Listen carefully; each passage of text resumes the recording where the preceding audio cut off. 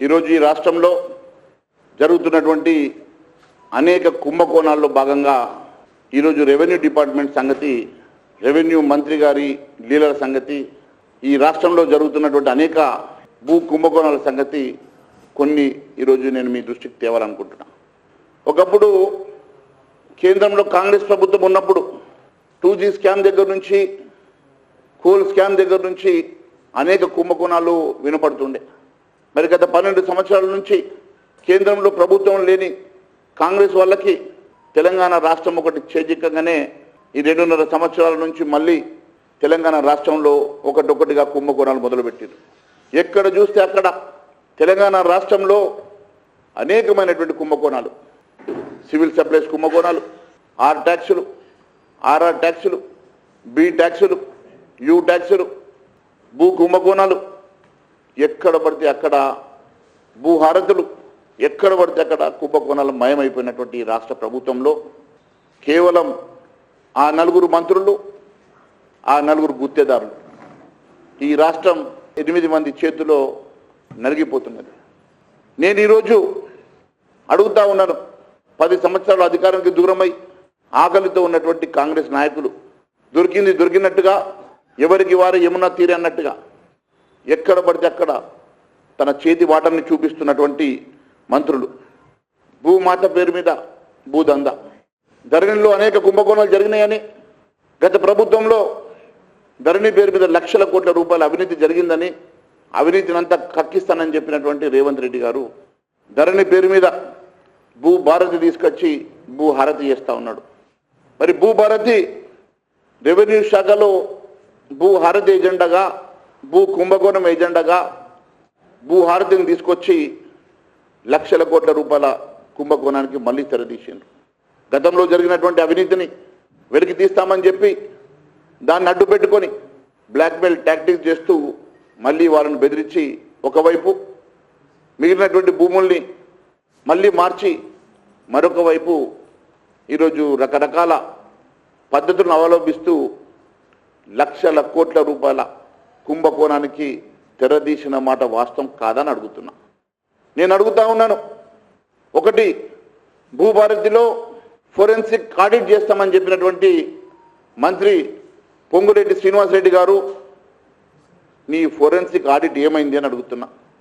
గతంలో దండిగా ధరణిలో జరిగినటువంటి అవకతవకలు వెలికి తీస్తాం, ఫోరెన్సిక్ ఆడిట్ తోటి అన్ని వాస్తవాలు బయటకు వస్తాయి, ఒక్కొక్కరిని జైల్లో పెడతాం, లక్షల కోట్ల రూపాయలు కక్కిస్తామని చెప్పి అసెంబ్లీలో సాక్షిగా ప్రగల్భాలు పలికినటువంటి వ్యక్తులు ఈరోజు 2.5 సంవత్సరాలు గడిచినా దాని ఊసే లేదు.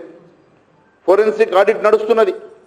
ఫోరెన్సిక్ ఆడిట్లో వాస్తవాలను వాళ్ళు ఆపర్చునిటీగా మార్చుకుంటున్నారా? తెలివిగా వాటిని ఆ ఫోరెన్సిక్ ఆడిట్లో జరిగినటువంటి అంశాలను వారి స్వార్థం కోసం మార్చుకొని భూదందా చేస్తూ ఉన్నారా? బ్లాక్మెయిలింగ్ చేస్తూ ఉన్నారా? ఎందుకోసం అని చెప్పేసి ఫోరెన్సిక్ ఆడిట్లోని వాస్తవాలను పబ్లిక్ డొమైన్లో పెడతలేరో దీనికి సమాధానం చెప్పాలని అడుగుతా ఉన్నాం. అంతేకాదు, భూమిని కాపాడాల్సినటువంటి వాళ్ళే ఈరోజు భూదందా చేస్తూ ఉన్నారు, భూ కుంభకోణాలు చేస్తూ ఉన్నారు. కాపలా ఉండాల్సిన వాళ్ళు ఆ భూమిని కాజేస్తూ ఉన్నారు. ఈరోజు తెలంగాణ రాష్ట్రంలో ఒక రెవెన్యూ మంత్రి తీరని చెప్పి నేను తెలియజేస్తా ఉన్నాను. పట్టేదారుడేమో ఆఫీసుల చుట్టూ తిరుగుతున్నాడు, పేదవాడేమో భూమి చుట్టూ పరిగెడుతూ ఉన్నాడు, పైరవికారు కబ్జాదారేమో కుర్చీలో కూర్చొని ఆజమాయిషి చెలాయిస్తూ ఉన్నాడు. ఇది తెలంగాణ రాష్ట్రంలో జరుగుతున్నటువంటి రెవెన్యూ మాత్యుల పరిస్థితి. ధరణి పేరు మారింది కానీ దందా మారలేదు. చట్టం ఈరోజు రూపం మారింది కానీ ప్రజల కష్టం తీరలేదు. ఈరోజు ధరణి పేరు మీద భూభారతి వచ్చింది కానీ అది భూహారతిగా మారి మళ్ళీ ప్రజల ఆస్తుల్ని హారతి చేస్తూ ఉన్నది. నేను అడుగుతా ఉన్నాను, మంత్రి మారిండు, వ్యవస్థ మారలే. ఈరోజు మంత్రి కంచె చేనే వేసినట్టుగా ఈరోజు మంత్రి గారి పరిస్థితి ఉన్నదంటే ఇంతకన్నా దారుణం ఇంకొకటి ఉన్నదా అని చెప్పి నేను అడుగుతా ఉన్నాను. ఈరోజు భూభారతే రైతుకు భారంగా మారింది. 22A పేరు మీద ఈరోజు పేదవాడి భూములన్నీ కూడా ప్రొహిబిటెడ్ లిస్టులో వచ్చి పేదవాడు ఈరోజు ఆఫీసుల చుట్టూ తిరగలేక అవసరానికి వాడు అమ్ముకోలేక అవస్థలు పడతా ఉంటే ఆ భూమి మళ్ళీ ప్రొహిబిటెడ్ లిస్టులోకి వెళ్ళి బయటకు రావాలంటే 40% మంత్రి గారికి చెల్లిస్తే కానీ ఆ 22A నుంచి ఆ భూమి వాపసు వస్తలేదు. ఇది ఈరోజు ఈ రాష్ట్రంలో ఉన్నటువంటి పరిస్థితి. నేను అడుగుతా ఉన్నాను, ప్రొహిబిటెడ్ లిస్టులో ఉన్నటువంటి 22A వాడుకొని ప్రొహిబిటెడ్ లిస్టులో మీరు ప్రైవేట్ భూముల్ని రైతుల పండించేటువంటి పొలాలని 22A ఎందుకు పెడతా ఉన్నారు? దాని వెనుక ఉన్నటువంటి కారణాలు ఏంది అని అడుగుతా ఉన్నా. మరి ఈరోజు దాదాపుగా 1 కోటి ఎకరాల భూమి ప్రొహిబిటెడ్ లిస్టులోకి వచ్చింది.